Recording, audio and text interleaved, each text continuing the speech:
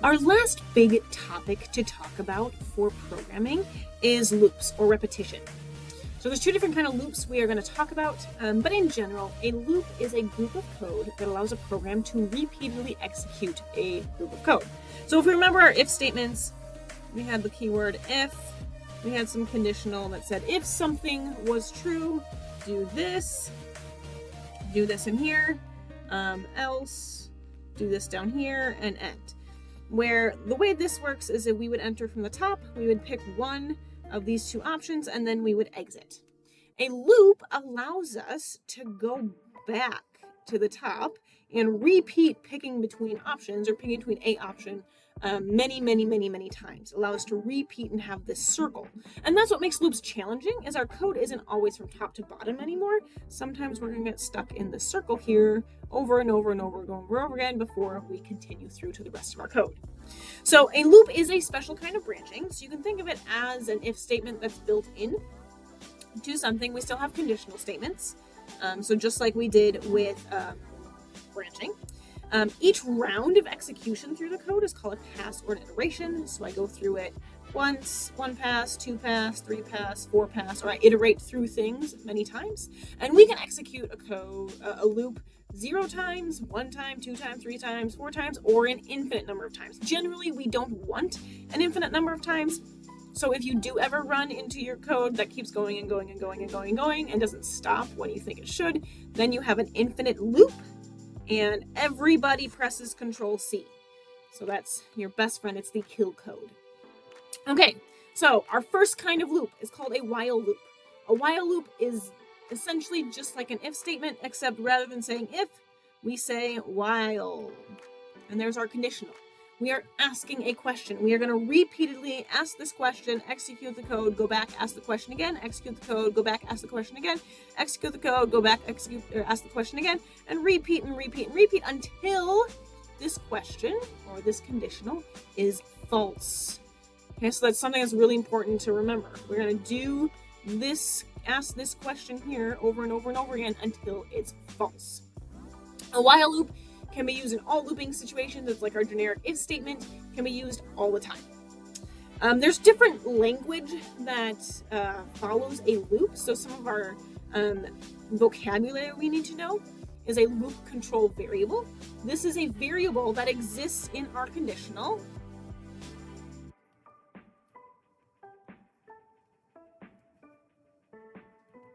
We are checking its value over and over again. As the value changes, we're continually checking to see if we've eventually got to a value that gives us a false. So that loop control variable is initialized before the loop, tested in the conditional statement, and modified in the code block. And it's really important that all three of these are checked off, otherwise we will run into issues. And it's possible to have more than one loop control variable. It really depends on how we are asking this question. So the code for a while loop looks like this. Like I already mentioned, here is where we initialize our variable, here's where we're testing our variable, and here's where we're modifying our variable. So modification occurs within our code block. And then anything else, any valid code can go inside of this block. Okay, but the way it works is our code starts at the top. Our variable has an initial value of something that existed before.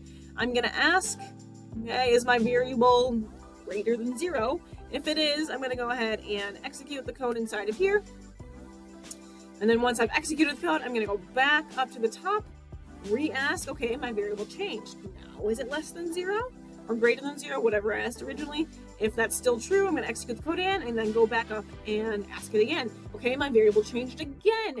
Now, is it less than 0? And then I go through. If it's true, go back, ask it again. Okay, my variable changed. Now, is it less than 0? And we repeat until our variable being changed gives us a false for the conditional. So here's some warnings. This is why we need to have all these checks boxes here, is because if we don't initialize our loop control variable appropriately, we might never enter our code. So we might execute 0 times when we really wanted to execute 10 times or something along those lines. We want to make sure our conditional expression, our question that we're asking, is tested correctly. Otherwise, we might have a code that executes 0 times or an infinite number of times. And like I said, if it's an infinite number of times, press Control C.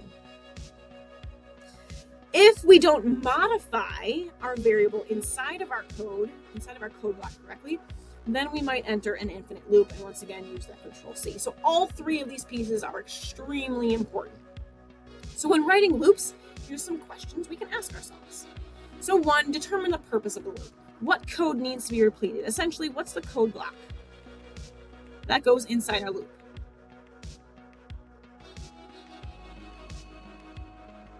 Kind of like how we wrote a function. What's the function body? What does that code look like? Then ask ourselves, what's the initial value? Where are we starting at to initialize our loop? And then, given that variable, when do we want to stop our loop? So when do we want to stop executing the code inside?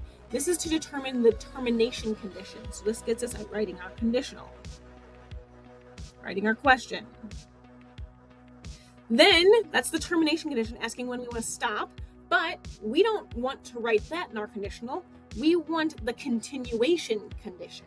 So we're going to invert it. So here's this keyword, invert the termination condition in order to write the continuation condition. And then lastly, inside of our loop body, update it in order to make sure we are modifying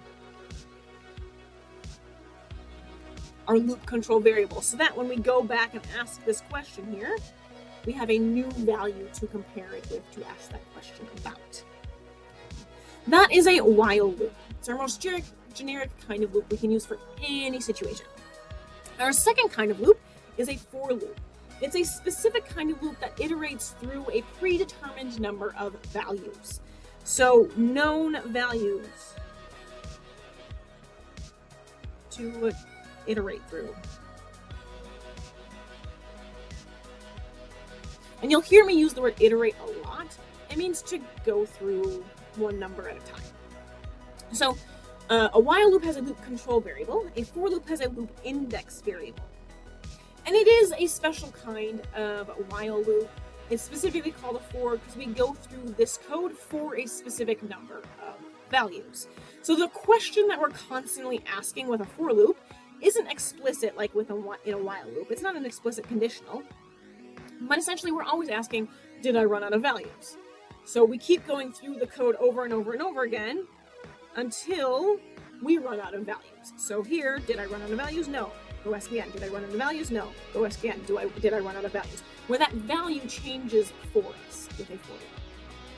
One thing to note is the loop index variable is a scalar value. It's always a single number.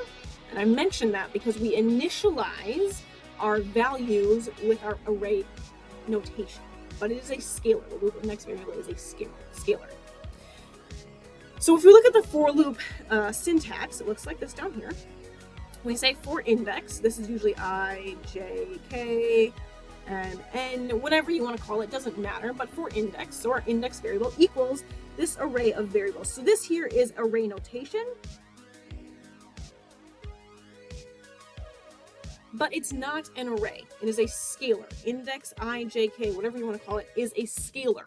It iterates through these array of values, one value at a time. So it takes the first number, does something, second number, does something. So note the question we are asking over and over again is, did I run out of values in this array?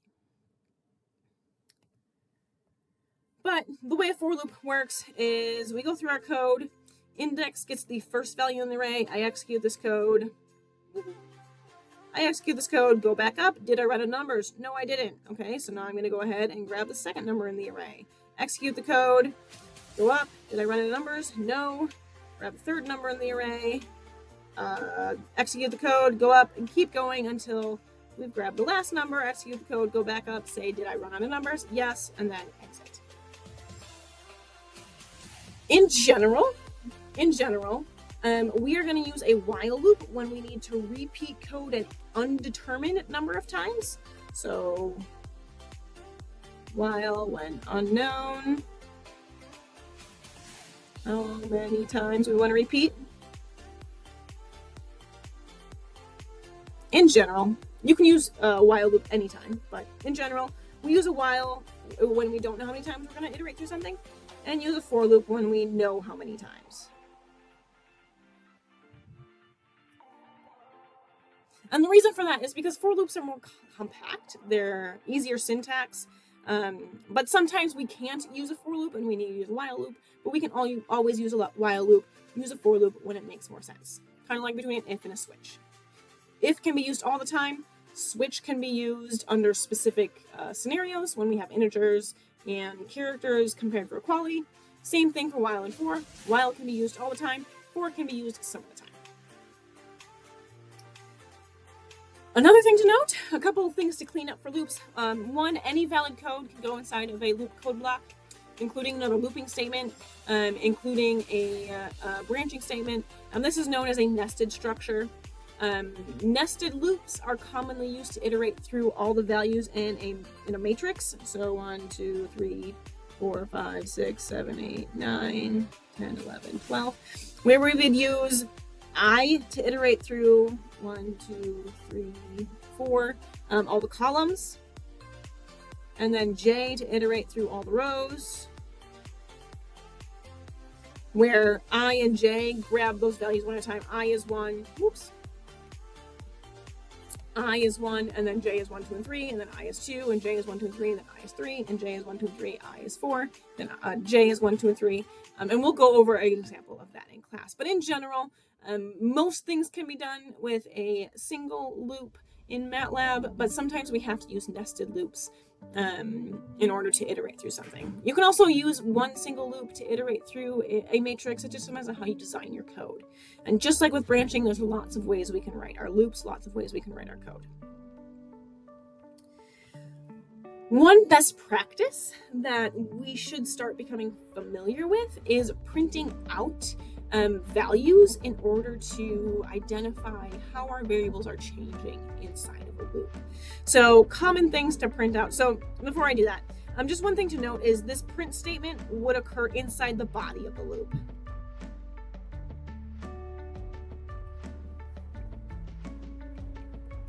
So that it's executed every single time we go through our loop. Some things to print out would be the loop control int variable or the loop index variable. So whatever's changing. Maybe the result of the conditional statement. So what's the answer of our question? That true or false value.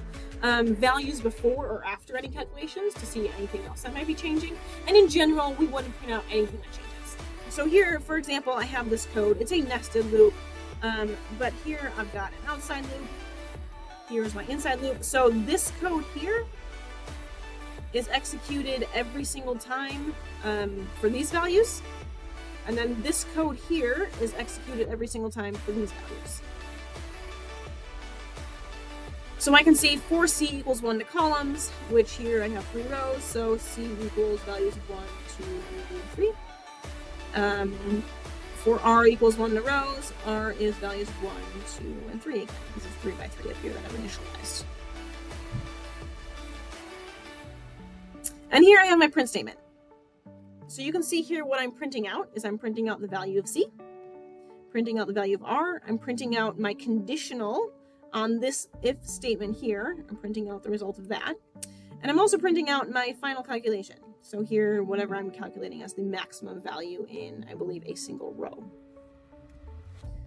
So all of those things are being printed out in this print statement. And we can see the results down here for this array. So when C equals 1, R equals 1.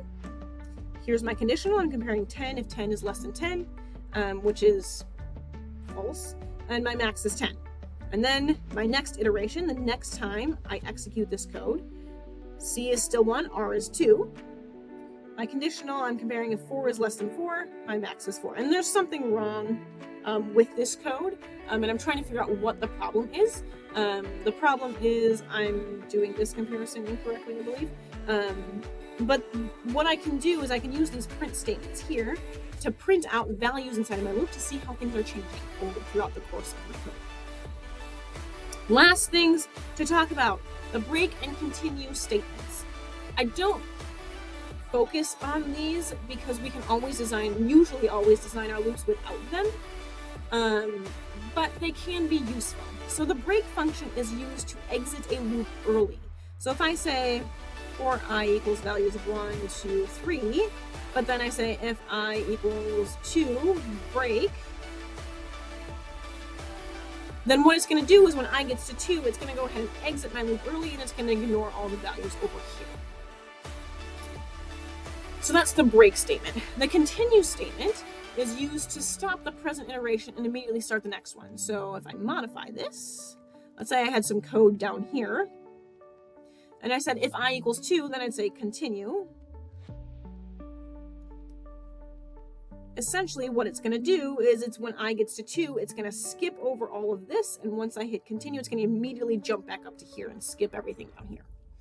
So these can be useful, but in general, we can design our code without break and continue, but they can be useful. So really only use break and continue when it produces code that is easier to read or easier to understand. One thing to note is don't feel like your code that you write is always your final code. You can always revise it. So sometimes you start with something that kind of makes sense that you've botched together with how you understand the problem. You can always go back and revise your code, and it's good practice to help you think about things in different ways. And that's loops.